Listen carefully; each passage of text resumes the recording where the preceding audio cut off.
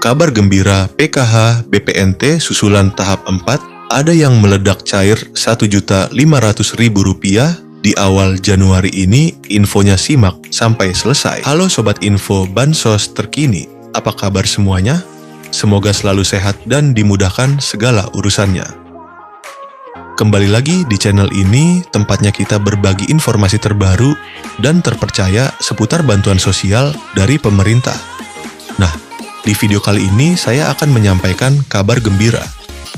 Karena tepat hari ini, Januari 2026, ada banyak sekali bantuan sosial yang cair untuk masyarakat penerima manfaat.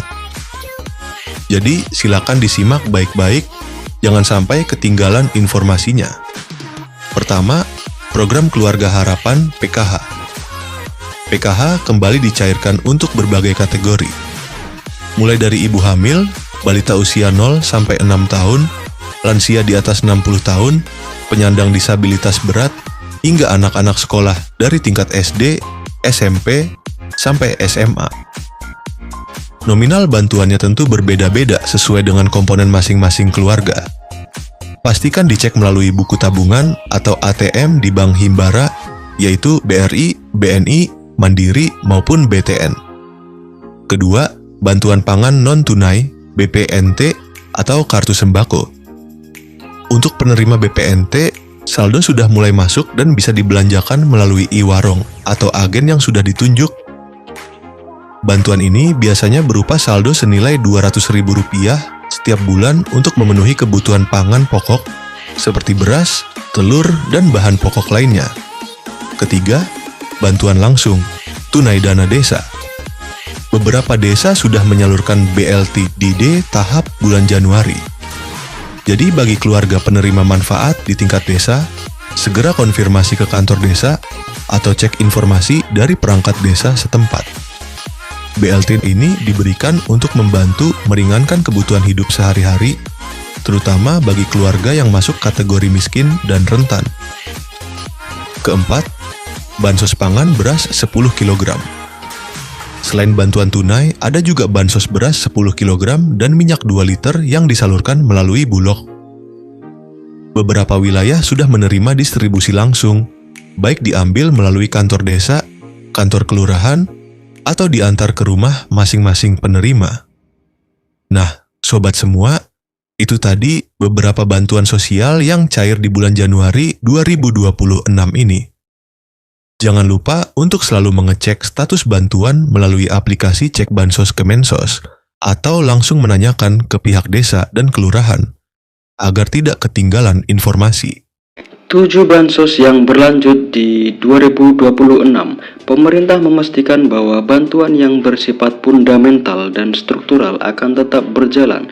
Ini adalah jaring pengaman utama bagi masyarakat rentan.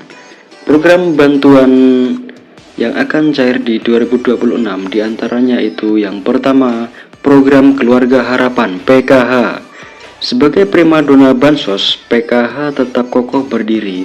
Bantuan ini menyasar komponen vital keluarga, ibu hamil, balita, anak sekolah SD sampai SMA, lansia, dan penyandang disabilitas berat.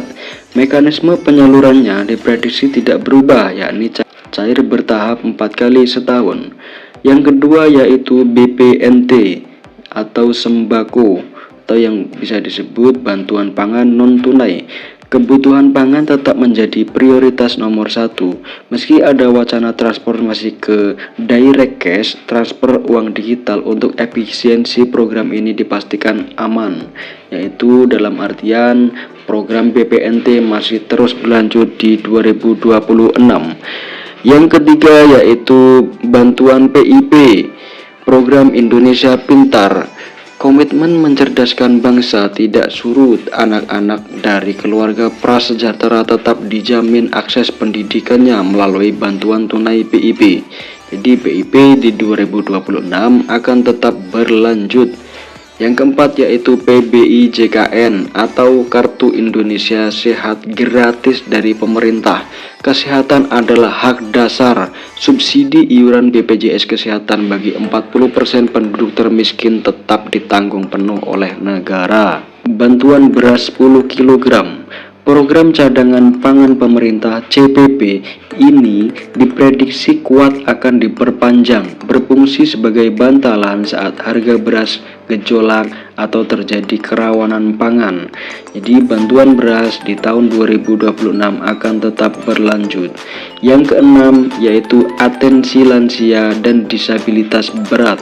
Kementerian Sosial terus menyalurkan bantuan rehabilitasi sosial baik berupa alat bantu, kursi roda, alat dengar maupun makanan bagi lansia tunggal dan disabilitas. Untuk yang ketujuh, bantuan pena pahlawan ekonomi Nusantara. Ini adalah bintang baru bagi KPM usia produktif di bawah 40 sampai 45 tahun yang sudah lama menerima bansos. Pemerintah menawarkan modal usaha hingga 5 juta rupiah. Syaratnya harus siap graduasi atau mundur dari kepesertaan bansos reguler. Setelah usahanya mandiri ya. Jadi nanti akan ada pengembangan apa skill-skill yang bisa dipelajari dan dipraktekkan. Dalam artian harus melalui proses graduasi secara mandiri atau graduasi secara sukarela. Tidak semua kabar itu manis ya. Ini dia yaitu kabar di tahun 2026 menjadi akhir perjalanan bagi bansos yang sifatnya ad hoc atau sementara.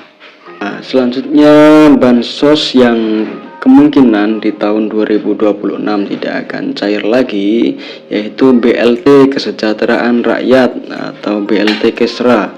BLT mitigasi bantuan tunai tambahan yang sering cair di momen tertentu seperti saat inflasi tinggi atau El Nino dikabarkan berhenti total per 31 Desember 2025. Sifatnya yang fleksibel dan temporer membuat program ini tidak masuk dalam anggaran rutin jangka panjang 2026. Bantuan subsidi BSU, program yang sempat hits saat pandemi ini juga diprediksi tidak akan muncul kembali seiring dengan pulihnya kondisi ekonomi pasca krisis. Ya, jadi ada beberapa bantuan yang kemungkinan di tahun 2026 tidak akan cair atau tidak rutin cair per bulan sesuai dengan kondisi yang ada di lapangan seperti inflasi tinggi atau El Nino dan lain sebagainya. Ya, lalu isu yang sangat hangat di tahun 2026 yaitu era baru bansos digital dan seleksi alam KPM. Isu paling strategis di tahun 2026 adalah digitalisasi dan validasi ketat. Pemerintah melalui bocoran dari Menko Luhut Binsar Panjaitan merencanakan peluncuran sistem bansos digital berbasis artificial intelligence atau AI. Tujuannya yaitu memberantas hantu bansos alias penerima fiktif, penerima ganda atau salah sasaran. Jadi concern pemerintah sangat concern di situ ya, seperti penerimanya yang nggak ada atau bansosnya tetap cair, meninggal tetap bansosnya cair, atau penerima ganda atau salah sasaran. Itu pasti menjadi concern agar efisiensi menggunakan artificial intelligence. Apa konsekuensinya bagi KPM jadi KPM yang terdeteksi sudah mampu secara ekonomi, memiliki aset, gaji UMR atau di atas UMR dan lain sebagainya, yang intinya mampu akan langsung dinonaktifkan dari DTKS, data terpadu kesejahteraan sosial. Fokus pemerintah bergeser dari sekedar menyalurkan bantuan menjadi mencetak keluarga yang mandiri secara ekonomi. Saran bagi KPM, jadi simak secara sesama dan teliti. Saran bagi KPM, jangan terlena, pastikan data kependudukan Anda, KK, KTP Anda valid ya dan terbaru. Jadi ketika ada perubahan apapun itu disampaikan ke Dispenduk, datanya itu harus yang valid dan terbaru. Bagi yang masih muda dan produktif, manfaatkan program Pena untuk memulai usaha. Jadi bantuan itu bukan gaji ya sobat bansos semuanya. Jadi jangan terlalu mengandalkan bantuan sosial dari pemerintah. Gunakanlah bantuan sosial itu untuk produktivitas Anda, membantu ekonomi Anda, membantu usaha Anda agar Anda berkembang dan usaha Anda juga berkembang, dan nantinya ekonomi Anda juga berkembang dan stabil. Karena di masa depan bansos tunai murni akan semakin diperketat seleksinya. Jadi tidak semua orang serta-merta gampang untuk menerima bansos ini. Ya, mungkin itu saja pembahasan dari saya. Jika pembahasan saya kurang jelas atau sobat semua ada pertanyaan yang seputar bansos, saya selalu terbuka. Ya, mungkin itu saja dari saya. Kurang lebihnya mohon maaf apabila ada kata-kata yang kurang berkenan. Dari saya, wassalamualaikum warahmatullahi wabarakatuh. Salam sejahtera, salam tepat sasaran.